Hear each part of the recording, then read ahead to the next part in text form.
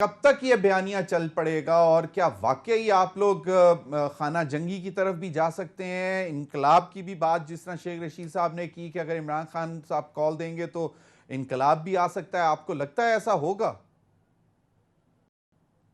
नहीं समीर साहब, ये इनकलाब की सॉफ्ट रेवोल्यूशन की एक शक्ल है कि एक लीडर, पाकिस्तान की हिस्ट्री में पहली बार ऐसा हुआ कि एक लीडर को जब एक बिल्कुल गैर आईनी तरीके से एक गैर मुल्की साजिश के तहत निकाला गया और उसकी एक कॉल पर जिस तरह से बैरून मुल्क पाकिस्तानियों ने और जिस तरह विद इन द कंट्री पाकिस्तानियों ने रिस्पॉन्ड किया, आम कॉमन मैन ने। मैं एक पोलिटिकल वर्कर हूं, हमारा या हमारी पार्टी वर्कर्स का इकट्ठे हो जाना कोई इतनी अहम बात नहीं है। आम आदमी ने जो रिस्पॉन्ड किया, ये इनकलाब की एक शक्ल है। अगर किसी को नहीं समझ आ रहा, अगर किसी को यकीन नहीं है, यकीन आ जाएगा।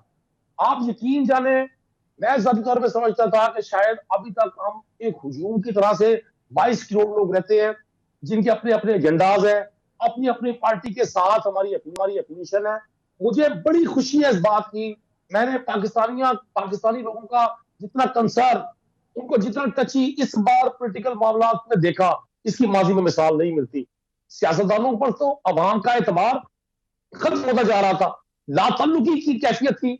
मां सिवाय एमएनए एमपीएस के या उनके साथ जो उनकी टीम होती थी, पॉलिटिकल वर्कर को ढूंढना पड़ता था। इमरान खान ने ये जो कुछ किया, ये मैं समझता हूं एक नए पाकिस्तान की बुनियाद रखी है कि पाकिस्तान की खातून, पाकिस्तान का एक ताजर, पाकिस्तान का एक मजदूर, पाकिस्तान का एक दुकानदार, एक गरीब शख्स और अक्रॉस द कंट्री वो कंसर्न है। वो कहता है कि हम भिखारी नहीं है, हमें भिखारी ना कहा जाए, हम गुलाम नहीं है, हमसे मुतालबा ना माने जाए। अभी जब मैं आपसे गुफ्तगू कर रहा हूं, अभी इंडिया का एक एग्रीमेंट हुआ है रशिया के साथ, गैस का और पेट्रोलियम मसनूआत का। दुनिया के किसी मुल्क ने एतराज नहीं किया। यही पाकिस्तान अगर अपनी अपनी मीशत की मजबूती के लिए कोई स्टेप लेता है किसी और मुल्क के साथ, लोगों को बड़ा एतराज आता है। इमरान खान ने क्या सांस लिया है, उन्होंने यही कहा है कि हमने, हमारा किसी मुल्क के साथ कोई झगड़ा नहीं है। हम उस माइंड सेट को ये बताना चाहते हैं जो ये समझता है कि 22 करोड़ आबादी के इस मुल्क को अपना ताबे रखे, वो हमारी इंटरनल पॉलिसीज भी बनाएंगे और हमारी खारजा पॉलिसी के लिए भी हमें डिक्टेट करेंगे। ऐसा नहीं होना। मैं आपको एक अर्ज कर दूं, एक नया रूप है पाकिस्तानी कौम का। पाकिस्तानी कौम ने बिल्कुल इमरान खान की कॉल पर लपायक का है। मैं नहीं समझता खुदा ना खास्ता किसी खाना जंगी की तरफ जाएंगे। मैं सलूट पेश करता हूं जमीर साहब, मीडिया को, आप जैसे एंकर्स को, सोशल मीडिया के उन वी ब्लॉगर्स को जिन्होंने लम्हा तमाम तर प्रेशर के बावजूद, मतलब जो इल्जाम पाकिस्तान तरीके इंसाफ की गवर्नमेंट में लगते थे कि जिन्होंने मीडिया को बाउंड किया हुआ है, हम कोई खबर नशर नहीं होने दे सकते, ये इजहार राय की आजादी पर पाबंदी लगाई हुई है, बिल्कुल उससे रिवर्स चीजें हो रही है। और मैं बड़ा हैरान हूं इस बात पर कि मीडिया के नदीम दोस्त है। कुरैशी साहब, नदीम कुरैशी साहब, एक तासुर ये भी आ रहा है कि जनाब अभी रमज़ान था तो रमज़ान में सहरी के बाद जो है वो अफ्तार के बाद सहरी तक जो है लोग निकल आते हैं घूम फिर के, और तो कि ये प्रेशर, गर्मी का मौसम भी आएगा तो आपको लगता है कि ये इसी तरह हजूम नज़र आता रहेगा हमें आने वाले दिनों में भी? और जब इस्लामाबाद की कॉल आएगी तो यही नंबर निकलेगा, इतने ही लोग होंगे और वो इस्लामाबाद आएंगे? क्विकली सर, क्योंकि मुझे जाना है तैमूर तालपुर साहब की तरफ। कंट्री में 45 से ऊपर टेम्परेचर है और रमजान शरीफ में अमूमन सियासी एक्टिविटीज नहीं होती, माजी में मिसाल नहीं मिलती। आप देखिएगा ये टेम्पो इससे भी ज्यादा हो जाएगा ईद। अब ईद चूंकि गुजर चुकी है, आप देखेंगे। मैं कर्ज कर दूं, हमने देखना ये है कि कौम ने इमरान खान के मैसेज को कैसे रिसीव किया। उन्होंने बिल्कुल ठीक तरह से रिसीव किया। वो पूछते हैं कि सही। कौन होता है कोई भी मुल्क पाकिस्तान के दाखिली मामला में मुदाखलत करने वाला, क्या वजह बनी है। ये मेरा सब, मेरी बात लीजिएगा, आप इसको ठीक रोकिएगा है। ना। क्या वजह बनी है कि जिस पार्लियामेंट को ये कहा करते थे कि मैं ये आर ओ के नतीजे में बनी है, आर ओ चले, ने बनाई है, बिल्कुल। ये इंडियन इलेक्शन था, ये सारे सिलेक्टेड लोग थे। क्या चले, वजह है कि हमारे सोशल को अपने साथ कन्वर्ट करके, अपने साथ इन्होंने इंगेज करके अब सही इसको लेजिटिमाइज कर सही दिया सही असेंबली को। सही, बिल्कुल सही फरमाया। मैं अभी जाऊंगा नवाब तैमूर तालपुर साहब की तरफ। तैमूर तालपुर साहब, आपको क्या लगता है कि ये ईद के बाद का जो है, जो सूरत हाल है, ये प्रेशर रहेगा? फिर शेख रशीद साहब कहते हैं कि इमरान साहब की कॉल पर इनकलाब भी आ सकता है, और एक बहुत आपको क्या लगता है कि ये सस्टेन रहे करेंगे? और अगर अर्ली इंतखाबात होते हैं जो कि आप लोग शायद नहीं चाहते, तो फिर तो शायद ये बयानिया वोट में ट्रांसफॉर्म हो जाएगा, ट्रांसलेट कर जाएगा, और उसके बाद फिर शायद इमरान खान साहब दोबारा एक बड़ी मेजॉरिटी के साथ आ जाएं। तो आप लोग तो नहीं चाहेंगे कि फौरी इलेक्शन हो, या क्या इस पे कंसिडरेशन है, या आपको लगता है कि ये आने वाले दिनों में ये बयानिया दम तोड़ता जाएगा और आहिस्ता आहिस्ता नॉर्मलसी की तरफ चलते जाएंगे? बिस्मिल्लाहिर्रहमानिर्रहीम। बहुत बहुत शुक्रिया जमीर भाई। उससे पहले तो मुझे बड़ी हैरत हुई आज सुन के, मेरे भाई ने बताया कि एक और नया पाकिस्तान बनने जा रहा है, या एक नया पाकिस्तान बनने की कोई कोशिश इनसे हो रही है।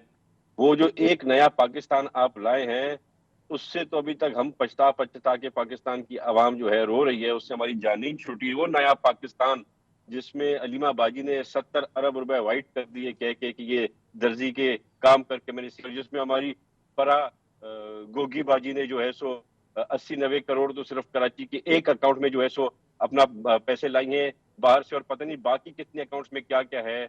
और आपको एक सरप्राइज मिलने वाला है इंशाल्लाह with in next 4 to 5 days कि फरा गोगी के अकाउंट से किस किस के अकाउंट्स में पेमेंट गई है। बड़ी आपको जबीर भाई हैरत भी होगी, बड़ा मजा भी आएगा।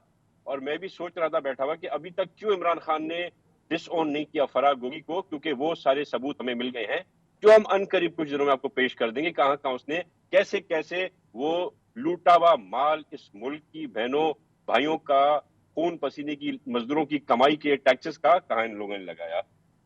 अच्छा, दूसरी आपने की बात शेख रशीद साहब की, तो शेख रशीद तो अब हो गया है लावारिस।